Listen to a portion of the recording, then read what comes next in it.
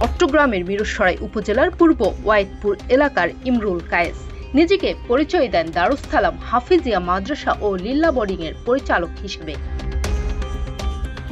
তার প্রতারণার জালে আটকা পড়েন প্রবাসী, কিন্তু সহযোগিতার অর্থ লোক মারফত সরাসরি পাঠাতে চাইলে বাধে বিপত্তি।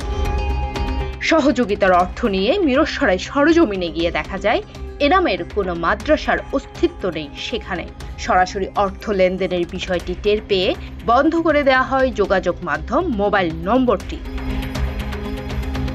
একটি চক্র এতিমখানার নাম ভাঙিয়ে এ ধরনের কার্যক্রম চালিয়ে যাচ্ছে বলে জানায় স্থানীয়রা। তারা যে নামটা বলতেছেন মাদ্রাসার, ওই নামে মাদ্রাসা এই জায়গায় নাই, দারুস সালাম কোনো মাদ্রাসা নাই। লোক এভাবে যদি টাকা চায় মাদ্রাসার জন্য, আপনারা দিবেন না। সঠিক তথ্য নিয়ে মাদ্রাসার জন্য টাকা দিবেন, এবং কোনো বিকাশ তো হবেই না, বিকাশে মাদ্রাসার কোনো টাকা নেওয়া হয় না। সামাজিক যোগাযোগ মাধ্যমে ভিডিও দেখে বা ভার্চুয়ালি যোগাযোগ মাধ্যমে আর্থিক লেনদেন না করার অনুরোধ জানিয়েছেন স্থানীয় মাদ্রাসার শিক্ষকরা। শুনছি যে এভাবে বিভিন্ন জায়গা থেকে একজন প্রতারক মাদ্রাসার নাম দিয়ে টাকাগুলি আনে, কিন্তু মাদ্রাসা তালাশ করলে পায় না, এবং ওর কাছে সঠিক সন্ধানের জন্য মোবাইল করলে মোবাইল বন্ধ করে রাখে।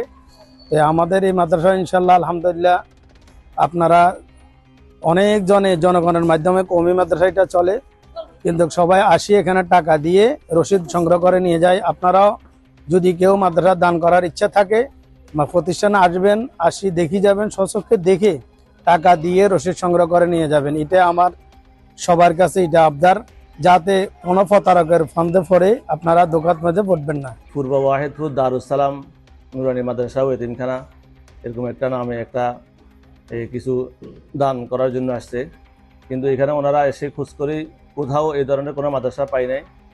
তো এই জন্য খোঁজ করার জন্য আমাদের মাদ্রাসায় আসছে। তো এইখানে কোনো এই ধরনের কোনো মাদ্রাসা নাই। তো এগুলো যারা করতেছে তারা এগুলো প্রতারণা করতেছে। দেশবাসী আপনারা প্রতারণা থেকে সাবধান থাকবেন।